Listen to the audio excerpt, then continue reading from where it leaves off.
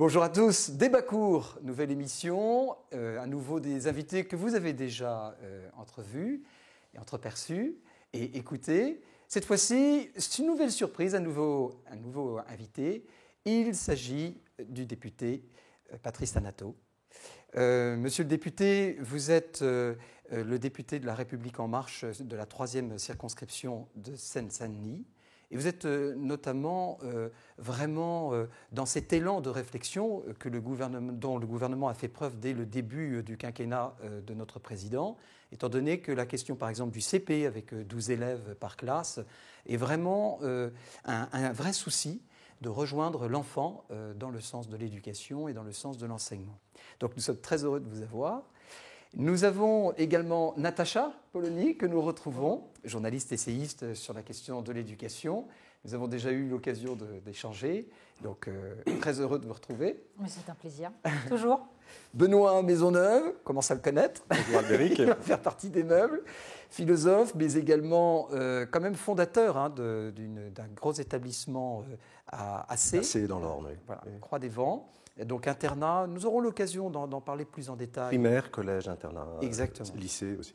Voilà. Ingénieur social, donc l'occasion de justement faire une bonne analyse sur notre sujet. Yann de Cacré, chef d'établissement, depuis 40 ans. 30 ans, n'exagérons rien. Je ne vais pas te vieillir trop. Donc, dans le 94, si ma mémoire est bonne. Oui, à Saint-Mandé. Voilà, donc là, c'est collège. Collège et lycée. Voilà. Internat aussi? Non, pas du tout. Non, pas du tout. tout. Mais tu as fait l'expérience de l'internat? Ah oui, j'ai l'expérience de l'internat pendant 28 ans. Et puis aussi, fondé un hors-contrat pour le primaire dans le Maine-et-Loire. Voilà, à côté d'un établissement sous contrat, on avait une partie qui était hors contrat. Nous avons eu donc l'occasion d'échanger cette fois-ci. Les amis, nous avons un sujet qui nous est cher. Est-ce que les examens, l'épreuve d'examen en France est en train de disparaître? Les oiseaux de mauvais augure le disent, avec beaucoup de pessimisme. Moi, franchement, je commence à m'inquiéter. Et je bénis Dieu d'être directeur du hors-contrat, car nous avons la punition d'avoir beaucoup plus d'épreuves en examen pour nos élèves que les élèves classiques. Sans tomber dans la polémique, monsieur le député, vous êtes quand même vache, le gouvernement, de nous imposer ça. Et vous avez insisté encore dans le cadre du Covid. Alors, merci Albéric d'introduire le débat de la sorte. Mais bon, voilà, clairement, l'éducation telle que c'est porté par le gouvernement et la majorité à laquelle j'appartiens est au cœur aussi de la cause de ce quinquennat. On a effectivement fait le constat qui est partagé par tous ici autour de ce sujet, que la France a un taux de réussite par rapport à ses voisins au niveau scolaire qui n'est pas le meilleur. Et donc, l'idée, c'est de renforcer l'éducation dès le bas âge pour que les fondamentaux soient acquis par les enfants, à savoir lire, écrire, calculer et avoir les valeurs de la République, le respect de l'autorité, tout cela en fait partie. Et effectivement, à partir de là, le dédoublement des classes en CP a été une des solutions pour faciliter justement l'acquisition dès le bas âge de ces fondamentaux. Et on a pu remarquer quand même que dans la plupart des établissements où ce dédoublement a été fait, les retours sont positifs. Quand bien même au début, la mise en place a été un peu compliquée à cause de la logistique qui pouvait être nécessaire dans certains établissements. Mais aujourd'hui, le dédoublement des classes est un succès et je pense qu'il faudrait continuer et pour pouvoir relever le niveau de l'éducation. Parlant des écoles hors contrat, ou des écoles sous contrat, il est vrai que les exigences ont été un tout petit peu renforcées.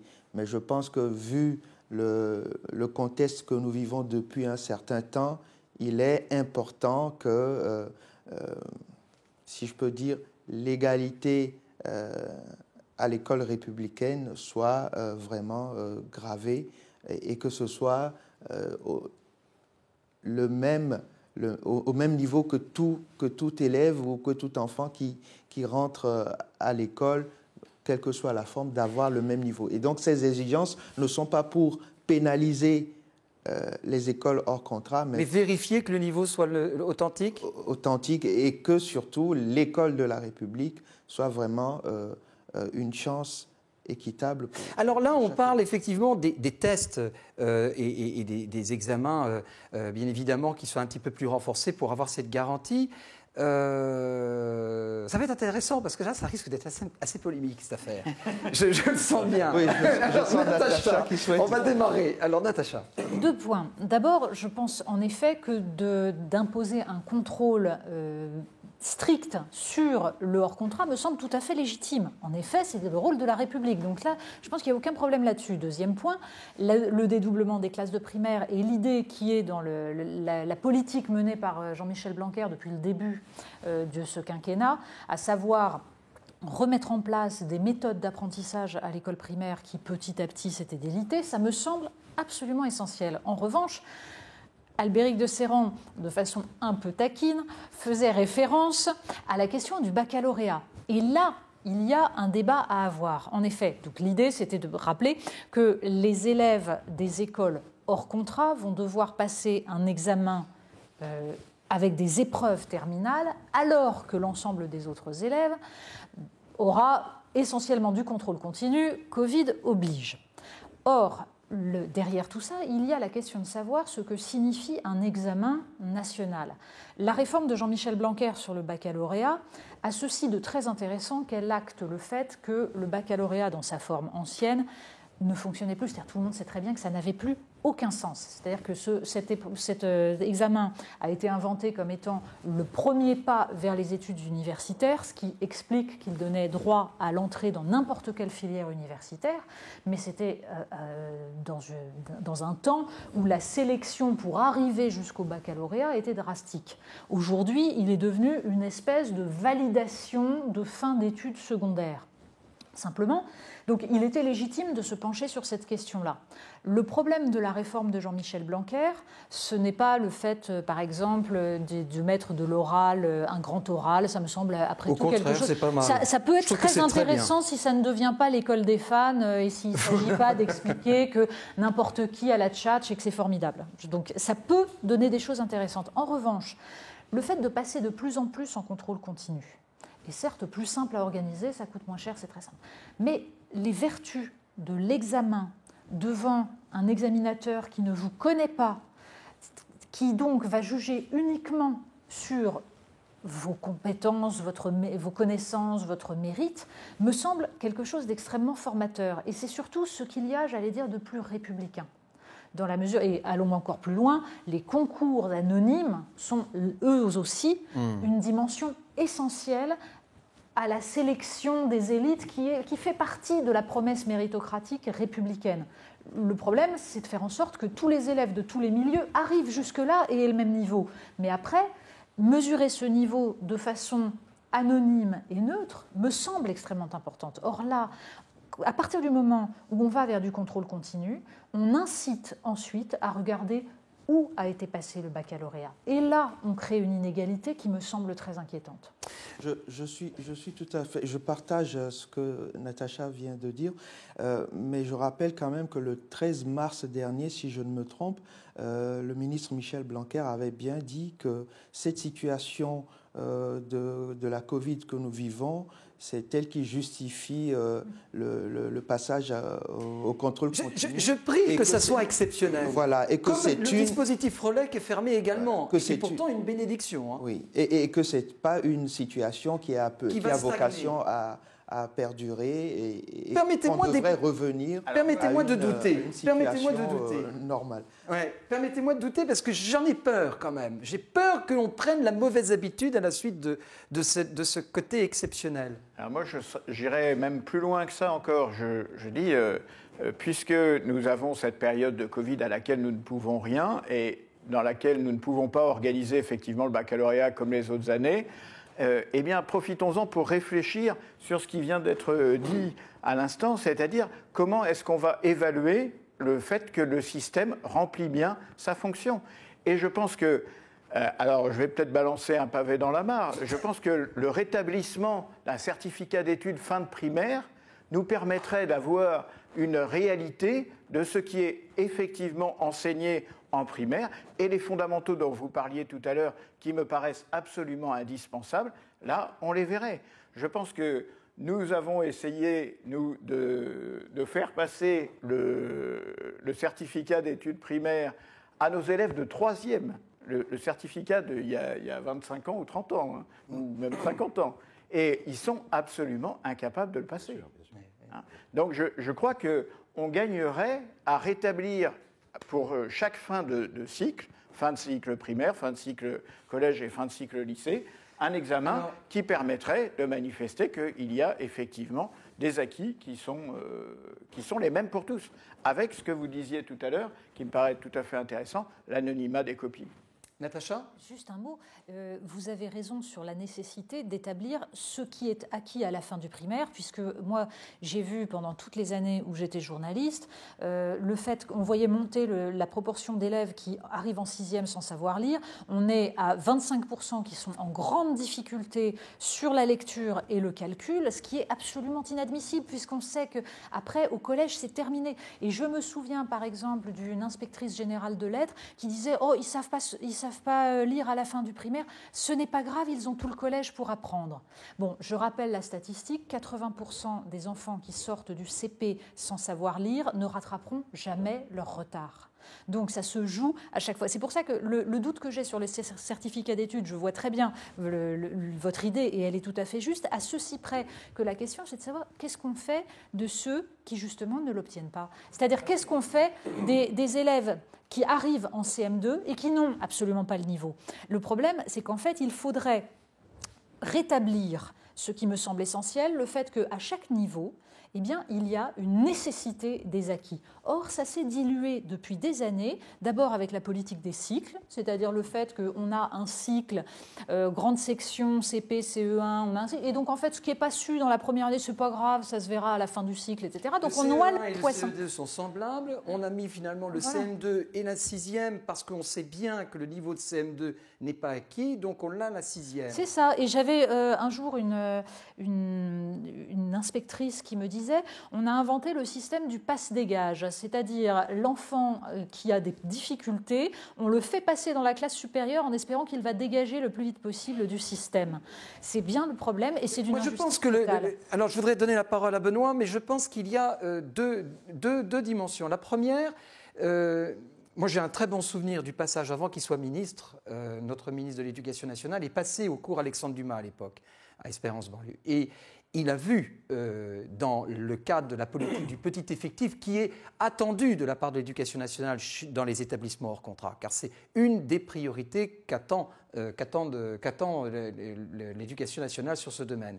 Eh bien, il a vu que ça pouvait vraiment porter des fruits, et fort de tout ce qu'il a observé dans d'autres écoles, parce que je n'aurais pas la prétention d'avoir donné l'idée, mais il a été conforté et il a fait le pas. Le pas a été difficile dans le milieu de l'éducation nationale, dans les établissements classiques. D'abord sur le plan matériel, parce qu'il fallait mettre des rideaux, etc. Enfin, ça a été compliqué. L'application a été mise en place et on va commencer à voir les résultats. Le certificat d'études primaires, je fais partie de la génération qui en a bénéficié avec Lionel Jospin. Une seule année, un certificat d'études primaires. C'était remarquable. Pourquoi ? Nous étions plongés, tout simplement, dans la réalité de l'exigence de restituer et d'avoir l'angoisse, quelque part, c'était accompagné de l'angoisse, mais d'avoir cette possibilité de se mettre en condition et de comprendre qu'à certains moments, nous devons quelque chose à la République. La République nous a donné quelque chose, nous devons lui restituer ce que nous avons reçu de la République. Et les examens disparaissant, nous n'aurons plus cette prise de conscience de devoir quelque chose à la République. Avec le service militaire qui a été enlevé, sans tomber dans la polémique politique, nous n'avons plus la possibilité de rendre notre reconnaissance à la République. Avec les examens qui disparaissent, BEP, CAP, bac qui est en train de diminuer, brevet des collèges qui est inexistant aux yeux des élèves. Moi, mon fils, il est allé au brevet des collèges, il est dans le public, il est allé au brevet des collèges en me disant « Papa, je m'en fous, je l'ai déjà ». Mais c'est hallucinant. Alors que, heureusement, dans les conditions du hors-contrat, pour l'instant, l'exigence est qu'il faut absolument vérifier effectivement que les acquisitions soient données dans le hors-contrat, parce qu'il y a une confiance de la République. Nous avons enfin la liberté citoyenne, nous, hors contrat, de rendre à la République l'occasion qu'ils nous ont donnée d'avoir la liberté de recevoir un enseignement. Et ça, je trouve ça remarquable. Je suis peut-être filou et un peu jésuite dans mon genre, mais je pense que quand même il y a un équilibre qui est en train de se perdre, à mon sens, et c'est très dommage. On est en train de dévaloriser l'importance d'un examen. Moi, je vous ai apporté le programme du certificat d'études primaires de 1926.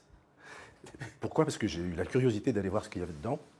Et je me suis rendu compte qu'on demandait énormément de travail aux enfants, mais qu'on avait des butées très objectives pour chaque matière. On savait exactement où ça le menait, et on savait que quand il arrivait dans le cycle suivant, eh bien, tout ça, c'était acquis. Donc c'était quand même passionnant, ça.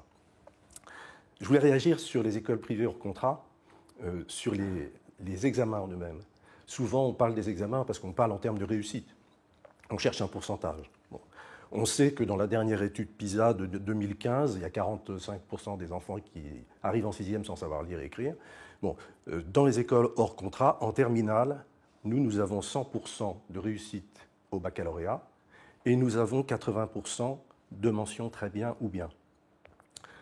La cause est clairement entendue, c'est-à-dire que quand les gens veulent que les méthodes pratiquées fonctionnent, ils vont dans du privé hors contrat. Alors ils payent, évidemment, c'est cher, bon. Mais c'est comme ça. Je pense que là aussi, on ne peut pas supprimer ça, on n'a plus de lisibilité, on n'a plus rien après. Si on supprime des examens pour rentrer ensuite à l'université, par exemple, ou dans n'importe quelle autre filière, mais quel sera le curseur, où sera-t-il ? Quel sera l'élément de référence ? On n'en aura plus. Et je pense que c'est très dangereux de supprimer les examens. Sentez-vous que les examens, effectivement, sont en péril ou pas ? Alors, moi, je crois que le projet de ce gouvernement n'est pas d'aller vers la suppression des examens. Oui. Il faut comprendre que c'est la situation sanitaire que nous avons traversée et que nous continuons d'ailleurs de vivre depuis 2020 qui a nécessité cette adaptation pour que, à la fois, le stress qui a été tout le temps présent depuis 2020, à la fois sur les enseignants, à la fois sur les élèves, tantôt confinés, tantôt en couvre-feu ou en distanciel ou en présentiel. Tout ça a généré un stress et on parle même aujourd'hui d'un état psychologique dégradé des élèves et aussi des enseignants. Donc pour pouvoir justement faire descendre ce stress et permettre à ce que la continuité éducative soit maintenue, la solution qui a été trouvée est de faire réussir, en tout cas de faire passer les élèves sur le contrôle continu, mais les examens et les évaluations demeurent et devront redevenir en tout cas